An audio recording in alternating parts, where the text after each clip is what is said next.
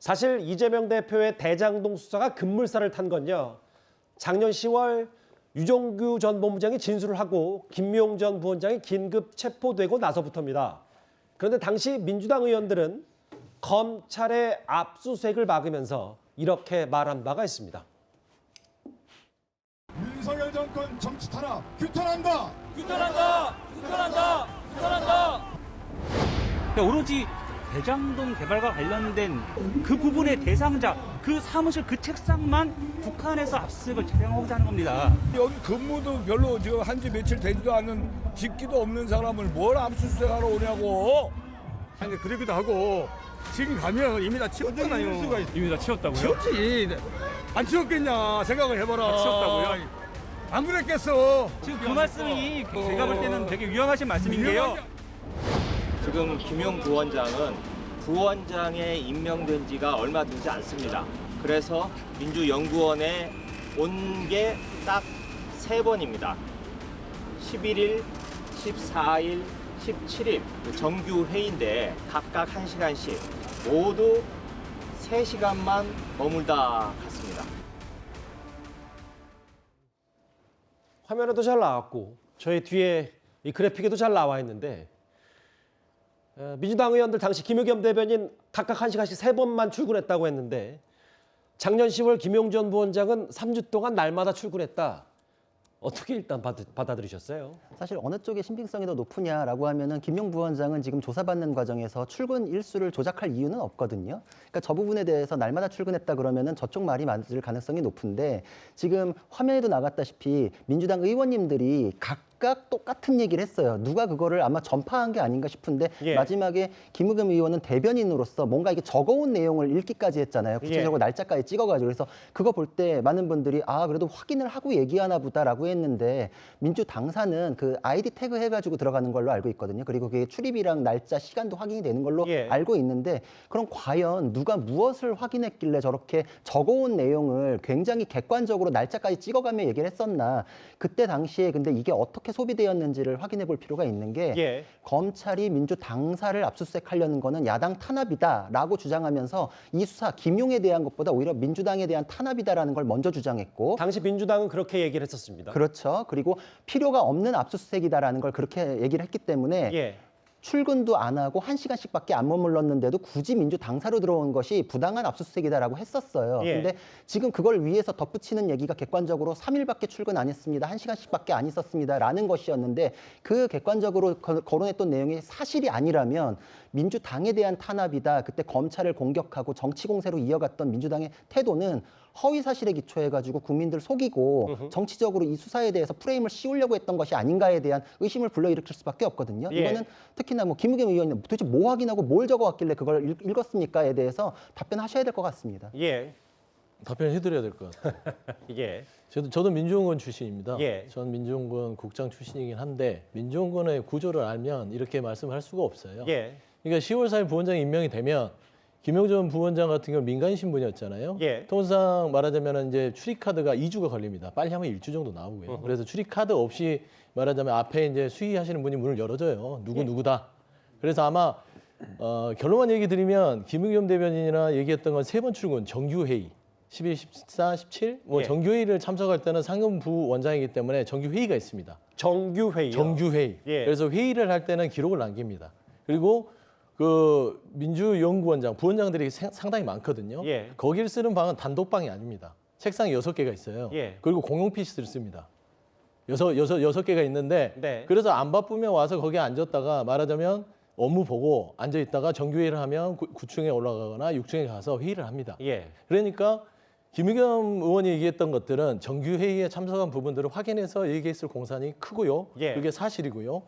말하자면 김용 부원장이 지금 검찰에서 날마다 출근했다는 것은 가서 그냥 둘러보고 왔을 수도 있고요. 거기 그냥 책상에 앉아있다가 자기를 보고 왔을 수도 있습니다. 근데 결론적으로 중요한 건 3번을 출근했든 10번을 출근했든 그게 중요한 게 아니죠.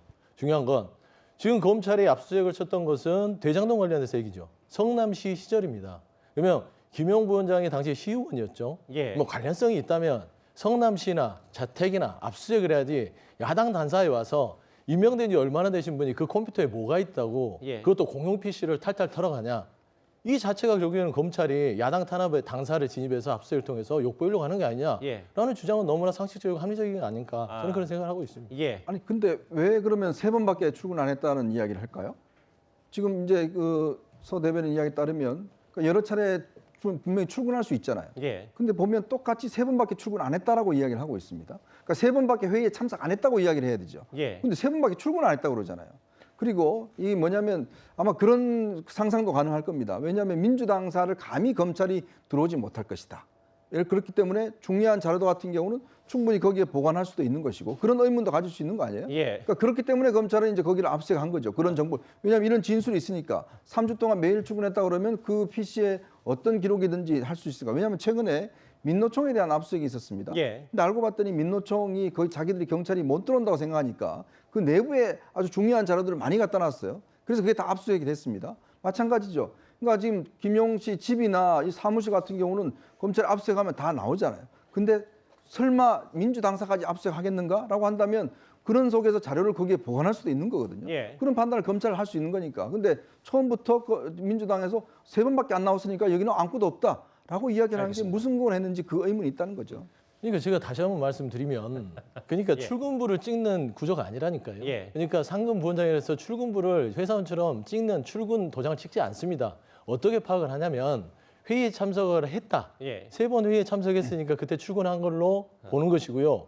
그 당사에서 어느 방에 있든 어디를 돌아다니든 모르는 거예요. 예. 그거는 본인은 출근 왔을지 모르지만 출근 개념은 회의에 불참하면 그건 출근 안 한 것이죠. 그러니까 그다음에 서 대변인 말씀은 이것도 맞고 이것도 맞다. 그렇죠. 이것도 맞고 예, 예. 이 말도 맞을 수 있다는 예. 것인데 그래서 이 3번 출근과 매일 출근 이걸 가지고 무슨 큰 문제인 것 마냥 하는 이유가 저는 납득이 안 되는 게 중요한 건 공용 PC라고 분명히 말씀드렸잖아요. 근데 이제 근데 무슨 공용 말씀인지 PC에다가 알겠지만 애초에 이제 두 분의 중요한 취지가 두 분의 취지가 이걸 마치 김용 전 부원장이 얼마나 출근을 적게 했는데 굳이 여기까지 압수수색해야 되는 거 아니냐.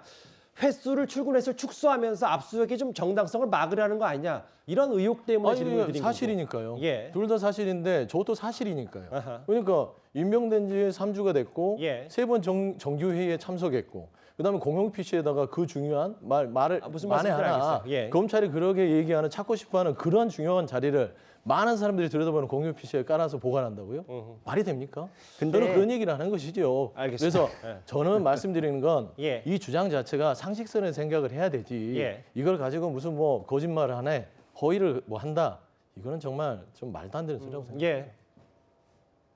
이제 다 대략적인 주장과 취지는 이해하셨을 겁니다. 다만 이제 민주연구원 출신이신 서영주 대변인의 얘기는 이 정규회의다 3번 출근한 건 그리고 실제로 그 공용 컴퓨터를 쓰고 그렇기 때문에 뭐 들락날락했을 수도 있고 이 둘 말이 다 맞을 수도 있다는 얘기인데 두 분은 근데 그런 이 의혹 자체를 당시 민주당에서 그럼 정확히 얘기해주지 않은 건 또 뭐냐 이것도 의도가 있는 거 아니냐 이런 얘기를 했고요. 예.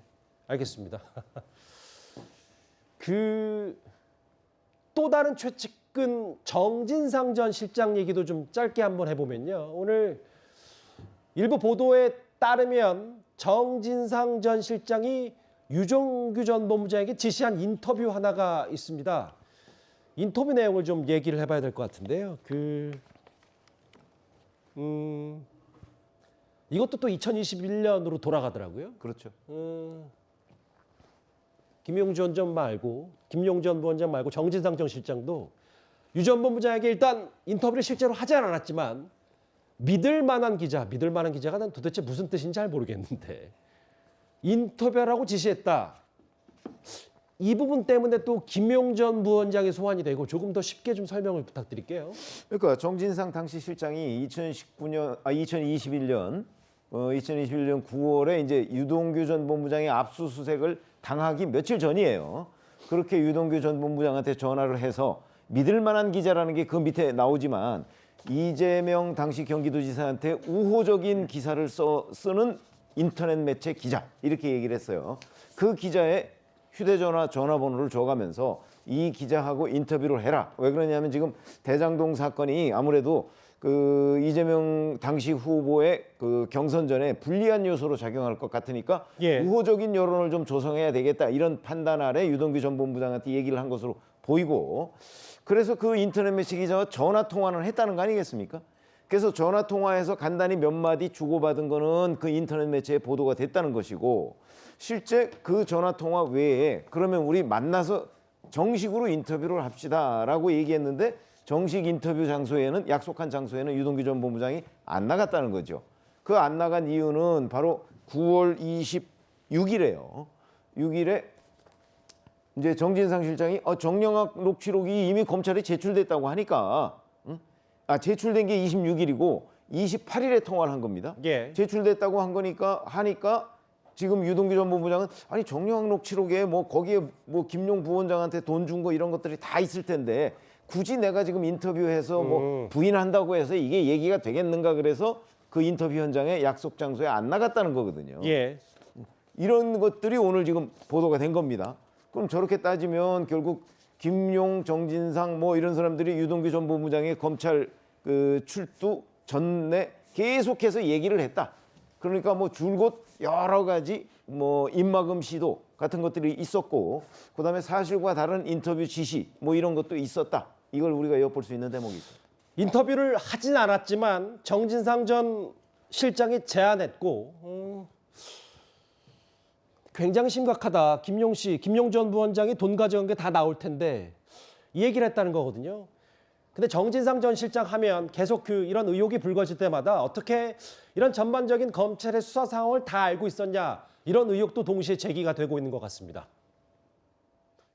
검찰은 그분을 겁을 내서 그런지 성남시청에 자료 압수수색하러도 안 가요. 지금 다 증거인멸하려고 시간 주는 거 아니에요. 절차 준비 중에 있다. 언제까지 그럴 겁니까? 언제까지? 저희가 언론에 알려지지 않아서 그렇지 저희 나름대로 절차를 밟고 있다는 나름대로 말씀. 많이 하고 있습니다. 서울중앙지검이 갖고 있는 정영학 녹취록에는 지금 언론 보도가 얘기하고 있는 그분이란 내용은 없다. 물론 녹취록에도 그분이란 표현이 또 한 군데 있긴 있습니다. 다만 그 부분이 그 지금 얘기하는, 지금 언론의 세간에서 얘기하는 그 인물을 특정해서 하는 건 아니고 다른 사람을 지칭해서 하는 표현은 있습니다. 근데 지금 정치인 그분을 얘기한 부분은 아닙니다. 이것만 마무리하고 이번 주제를 정리하겠습니다. 왜냐하면 아까 최병모 의원이 말씀하셨던 것처럼 2021년 9월 26일에 정영학 녹취록이 검찰에 제출이 됐는데 이틀 뒤에 유동규 전 본부장 일단 인터뷰를 하지 않았습니다만 정영학 녹취록이 냈다, 제출됐다는 걸 정진상 전 실장이 얘기했다. 그럼 이걸 다 정진상 전 실장이 어떻게 알았냐? 이것 때문에 뭐 얘기가 많이 나오는데 이거에 대해서 정진상 전 실장 측의 공식 입장은 뭡니까? 일단은 확인을 해봐야겠지만요. 일단은 정확하게 얘기는 안 하고 있어요. 정진상 실장 측에서는요. 근데 정영학 녹취록은 예전에 2014년, 15년도에도 한번 검찰에서 압수수색을 통해서 확보한 적이 있습니다. 당시 이제 수원지검에서 대장동 관련해서 했죠. 그래서 정영학 녹취록에 당시 보면은 여러 가지 유동규 씨도 나오고 뭐 지금 남욱, 김만배 이런 사람들이 등장을 해요. 예. 근데 이제 당시 봤을 때 정진상 뭐 실장이 개인적인 판단으로는 주변에서 어떤 뭐 조력을 받았겠지만 검찰의 조력은 아닌 것 같고요. 뭐 분명히 아까도 영상에서 확인됐지만 그건 아닌 것 같고요. 예. 뭔가 뭐 다른 사람의 어떤 얘기를 듣고 그거를 파악했을 수는 있지만 그런 분명한 입장은 정진상 실장만이 알고 있을 것 같습니다.